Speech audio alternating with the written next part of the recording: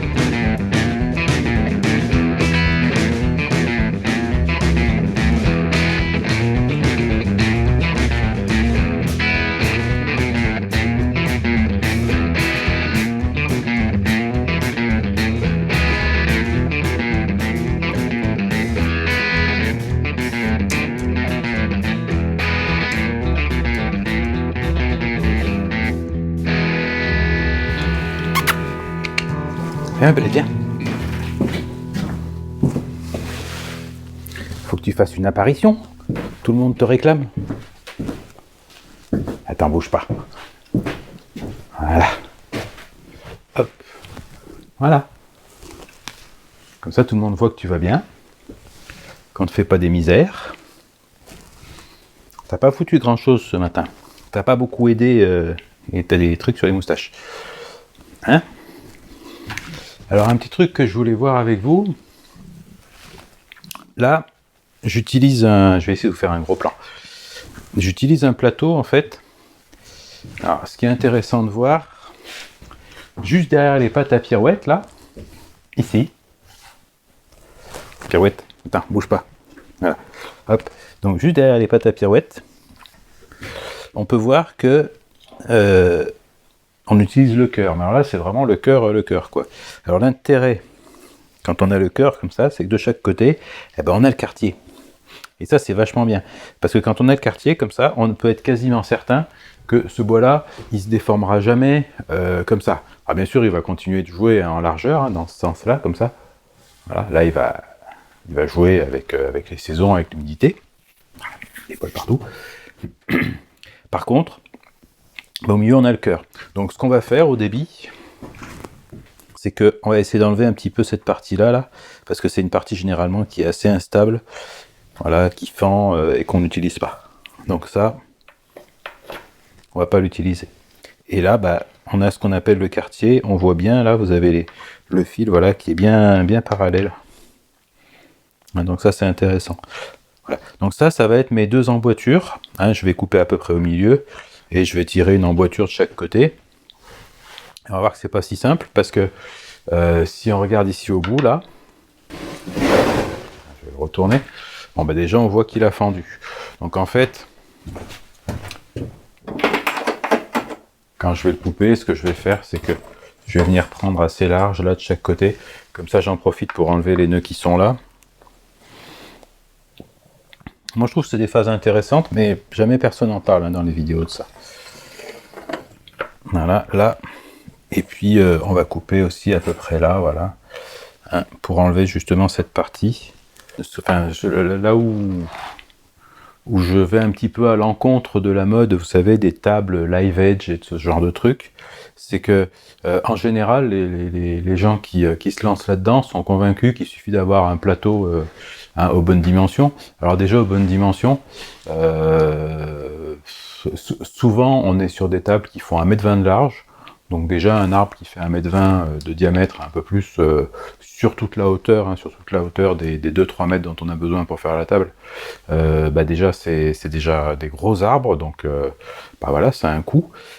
Et ensuite, moi là où je suis vraiment dubitatif par rapport à la tenue dans le temps, c'est que soit vous êtes sur quartier, et comme j'ai dit, bah, vous avez ici le cœur et vous avez des risques de fissures, et puis le cœur tient pas très bien en réalité.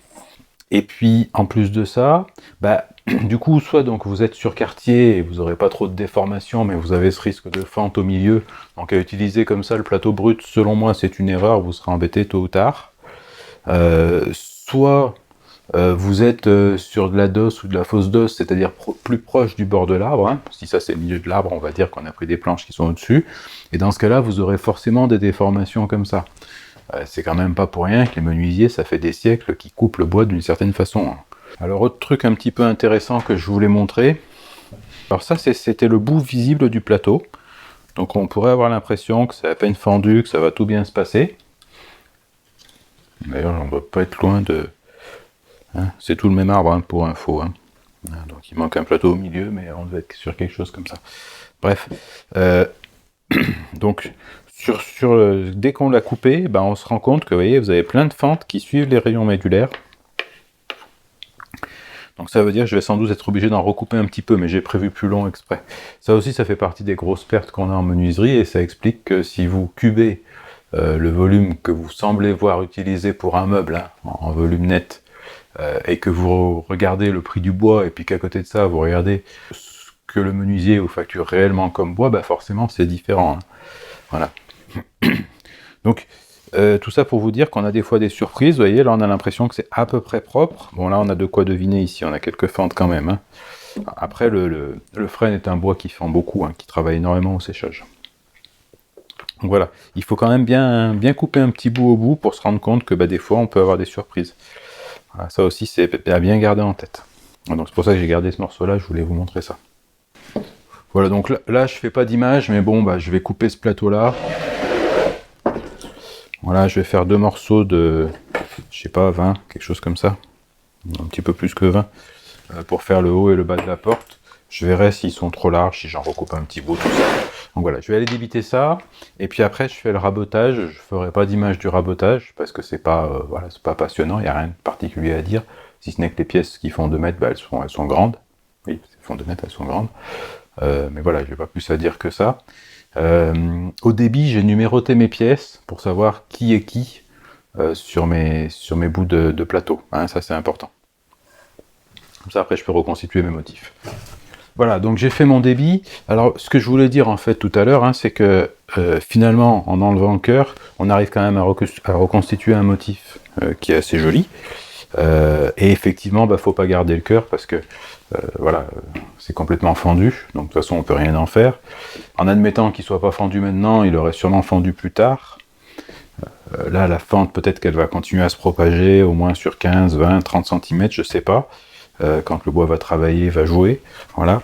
Et en plus, on a cette partie-là avec une espèce de moelle au milieu où on voit bien que c'est du bois structurellement qui est pas forcément bon à utiliser, quoi. Voilà. Donc, voilà pourquoi j'ai enlevé ce morceau au milieu et pourquoi on l'utilise généralement pas. Et là, c'est vraiment le cœur de l'arbre, quoi. Donc du coup, j'ai mes 2 emboîtures, voilà. J'ai tous les morceaux qui vont constituer la porte. Alors j'en ai un peu plus que prévu. On verra si j'ai besoin d'utiliser cette alaise, ce morceau central que j'ai prévu pour conserver ma largeur. Et les alaises, les emboîtures, pardon, vont venir en fait en haut croiser le fil du bois. Hein, voilà. Ça c'est fait exprès. Comme on dit souvent, ce qu'on peut pas cacher, montre-le. Donc là, je pense que je vais la jouer comme ça. J'ai affûté les fers de la raboteuse hier. Donc là, je vais attaquer avec des fers tout frais d'affûtage. La quincaillerie que j'ai achetée pour la porte, elle est faite pour des portes de 35 à 45 mm d'épaisseur. Mes plateaux font un peu plus de 50 mm. Il faut bien comprendre que quand on attaque des longueurs de 2 mètres, si jamais le plateau est un tout petit peu tuilé, on perd vite 5 mm par-ci par-là. Donc je vais essayer de descendre entre 40 et 45, quelque chose comme ça. 45, à mon avis, je devrais m'en sortir. Voilà. De toute façon, le juge de paix, ce sera les morceaux les plus longs et les plus gauchis qui vont me donner l'épaisseur finale de l'ensemble, puisque je serai obligé de tout descendre à cette épaisseur. Donc c'est parti, rabotage de tout ce machin-là. Bon, j'ai fini le rabotage, et puis j'ai fait ce qu'on appelle l'établissement des bois. Alors il y a un endroit où j'ai un défaut, là, une espèce de gerçure. Bon, c'est un petit peu dommage, mais je pense que je vais la laisser. C'est par là. Je ferai peut-être des gros plans dessus. Bon. C'est pas vraiment le sujet. Donc ce que j'ai essayé de faire, c'est d'avoir ces 2 bandes très marquées, reconstituées, puisque avec la découpe et le rabotage, on perd un tout petit peu au milieu, donc fatalement, on a des petites ruptures dans le motif. Mais bon, ça reste discret quand même. Donc voilà, ça c'est pour les côtés. En haut, là aussi, j'ai essayé de jouer un petit peu avec les contrastes. Voilà. Et ça, on va en parler après. Je fais avec. Bon, j'y mets là. On dit que vous le voyez pas. Voilà. Donc j'ai tracé les signes d'établissement pour m'y retrouver. Et puis je vais quand même faire aussi des petites marques. Parce que on va voir que le bouvetage que je vais faire, il faudra que je le fasse avec la planche, un coup dans un sens, un coup dans l'autre. Je vous explique après pourquoi. Avec ces fers-là, en tout cas, c'est comme ça que ça marche. Donc du coup, je vais faire aussi des petites marques pour savoir qui est qui et quel côté est quel côté. Je vous montrerai ça après sur la partie justement qui concerne à proprement parler le bouvetage. Voilà, donc mes emboîtures. Alors je vais juste poser comme ça pour voir un petit peu comment le motif va faire, donc ça on verra après. Donc mes montants, c'est pas des traverses, du coup c'est des montants, quoi, c'est des Oh, c'est des planches, hein, voilà. Je suis descendu à 42 mm d'épaisseur, j'aurais pu faire 45, sachant que je pars quand même 55, quelque chose comme ça. Bon, c'est pas toujours uniforme, parce que ça gondole pas mal, les plateaux de freine, ça rétreint pas partout pareil. J'aurais pu faire 45, peut-être 46, mais pas beaucoup plus. Donc on a perdu quand même au dégauchissage, on a perdu presque 1 cm. Voilà. Autre moment où on perd, c'est sur le rabotage donc, des champs. Et mine de rien, si on perd que 2 mm par côté, si je multiplie ça par 1, 2, 3, 4, 5, 6, 7 côtés, x 2, parce que 14, parce que c'est un coup de chaque côté, quoi. Rien que si je collais à plat joint, déjà, je perdrais 14 x 2 mm, je perds 3 cm sur la largeur, l'air de rien. Donc si vous rajoutez à ça le fait que, forcément, les plateaux sont pas les côtés parallèles, hein, puisque l'arbre, quand il pousse, il est plus étroit en haut qu'en bas, et les issues de secours sont sur les côtés de l'appareil.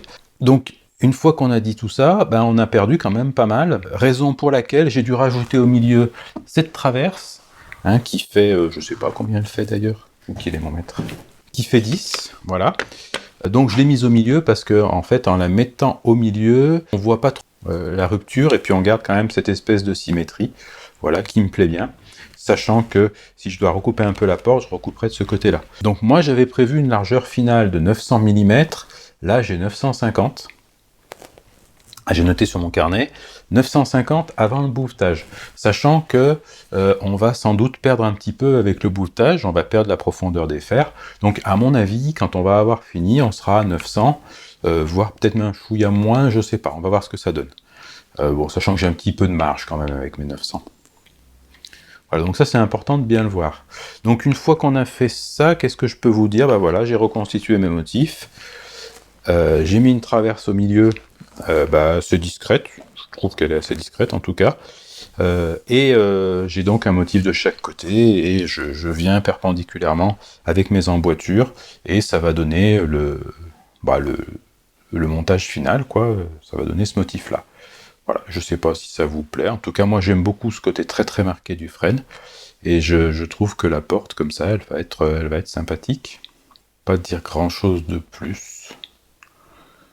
Voilà, donc ces deux morceaux-là font précisément l'épaisseur, hein, de mes planches, de mes traverses, enfin de tout ce qu'on veut. Alors vous avez vu, hein, ils sont un peu abîmés, donc un peu fendus, je sais pas si on voit bien. Ouais, si on verra mieux. Donc ils sont un peu fendus, mais j'ai un côté à peu près propre. Ça, c'est pour caler la toupie pour faire le bouvetage. Voilà. Donc je vais aller me positionner sur la toupie derrière. Et puis je vais utiliser ça pour caler le bouvetage. Et quand le bouvetage sera bien réglé, on attaquera. Alors je vais juste peut-être parler un petit peu de ce bouvetage-là, même si je ferai peut-être une vidéo détaillée dessus. Voilà, donc je vais utiliser ces fers-là. Et ce qu'on peut voir tout de suite, c'est qu'on va perdre un petit peu en profondeur avec, et que cette profondeur multipliée par la largeur de la porte, x2, etc., ça va nous faire descendre forcément la largeur du panneau. Voilà, donc ça c'est à savoir aussi. Donc je vais aller monter tout ça, on va faire les tests, et puis quand on sera bien calé, il n'y aura plus qu'à toupiller ces grandes planches là, voilà. Et ça va aller assez vite en fait, le toupillage en lui-même, parce que une fois que la machine est pointée, c'est rapide.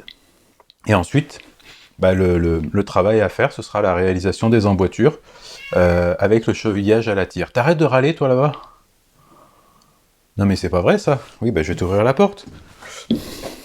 Madame supporte pas les portes fermées, c'est bien un chat. Voilà, donc j'ai déplacé la toupie, hein, je l'ai mise dans l'alignement de la porte pour pas me prendre la tête avec les pièces longues, et puis surtout, j'ai dégagé de la place vers l'arrière pour pouvoir sortir mes pièces à la sortie de l'entraîneur. Pas grand-chose à dire de plus, si ce n'est qu'aujourd'hui, c'est dimanche, et le dimanche, normalement, on n'a pas le droit de faire du bruit, donc théoriquement, il faudrait que je travaille la porte fermée. Si quelqu'un vient gueuler, je m'arrêterai. Ah si, j'allais oublier, en plus des signes d'établissement, là, j'ai fait une petite flèche qui m'indique quand je dois travailler parement sur table, et une flèche, un symbole un peu inversé, qui m'indique quand je dois travailler parement vers le haut, hein, puisque c'est un coup l'un, un coup l'autre avec ce genre de fraise. Voilà.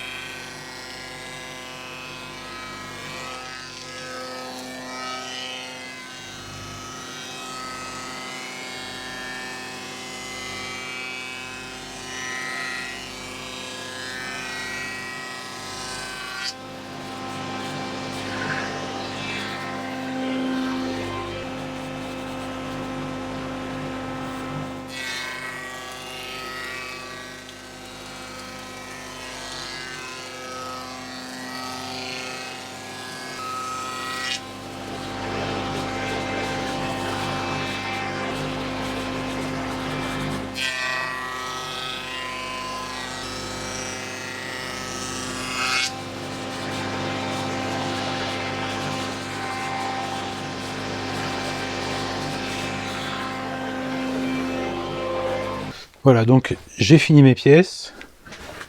Finalement, ça a été très vite fait. Je pense que pour faire toutes les pièces, j'ai dû mettre moins de 10 minutes.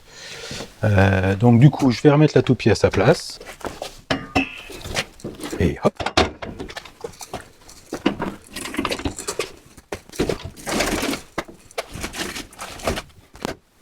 Alors physiquement, c'est pas difficile.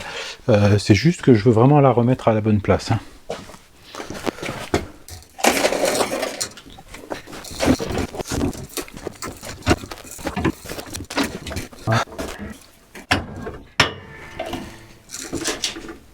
Bon, une fois qu'on a dit ça, on a presque tout dit, hein. Le kit de déplacement, il n'y a pas, c'est top. L'entraîneur, c'est top. Enfin, tout est top. Je suis content. Voilà, donc j'ai terminé. Alors, j'avais mesuré ma largeur avant boostage. Donc ça faisait 950. J'ai 926 mm. Ça fait un delta de 24 mm. Et j'ai 6 joints. Donc ça veut dire qu'un joint me mange 4 mm. Ce qui est tout à fait logique, puisque 4 mm, c'est la profondeur de l'enture. J'ai mis des serre-joints au milieu, là, parce que je voulais être certain que tout jointe bien, et franchement, je suis assez satisfait du résultat. Avec juste un serre-joint au milieu, là, à la limite, je pourrais coller avec un seul serre-joint, que ça tiendrait, je pense, hein. Donc c'est bien. Comme j'avais pas beaucoup de serre-joints qui font la largeur, j'ai pas de serre-joints de plus de 80 cm, en fait, je me rends compte que j'en ai pas. Du coup, ça va me faire une occasion de dépenser des sous. C'est bien que ça jointe facilement. Ça, c'est vraiment important pour moi. Hein, sur ce coup-là, voilà, je suis assez content. Je recouperai donc peut-être 2 cm de chaque côté, quelque chose comme ça, pour réduire à 90, puisque c'est ce qui est prévu. Donc globalement, je suis très content. Donc il restera à faire le collage, l'emboîture, et puis ensuite ponçage, finition, et pose quand j'aurai reçu le mécanisme, hein, puisque la quincaillerie, je l'ai commandé. J'ai reçu la poignée sur un Colissimo, là, je pense d'être un transporteur pour la porte coulissante, parce qu'il y a une grande barre de 2 mètres, donc j'imagine que c'est ça qui est fait passer par un transporteur. La Poste, elle fait pas ces dimensions-là. La conclusion de l'histoire, c'est que je sais pas, le livreur, à mon avis, il a dû se perdre dans Birkenwald, hein, parce que dans l'hypercentre, c'est vachement compliqué, il y a une rue. Et après, je sais pas, peut-être dans le 23e ou 24e arrondissement de Birkenwald, j'imagine. Voilà. Livreur, si tu m'entends, si tu veux bien ramener le truc, tu le poses devant, tu t'emmerdes pas, il n'y a pas de voleur ici. Donc maintenant, je vais vous demander de bien vouloir vous barrer de mon atelier, parce que voilà, j'ai des choses à faire.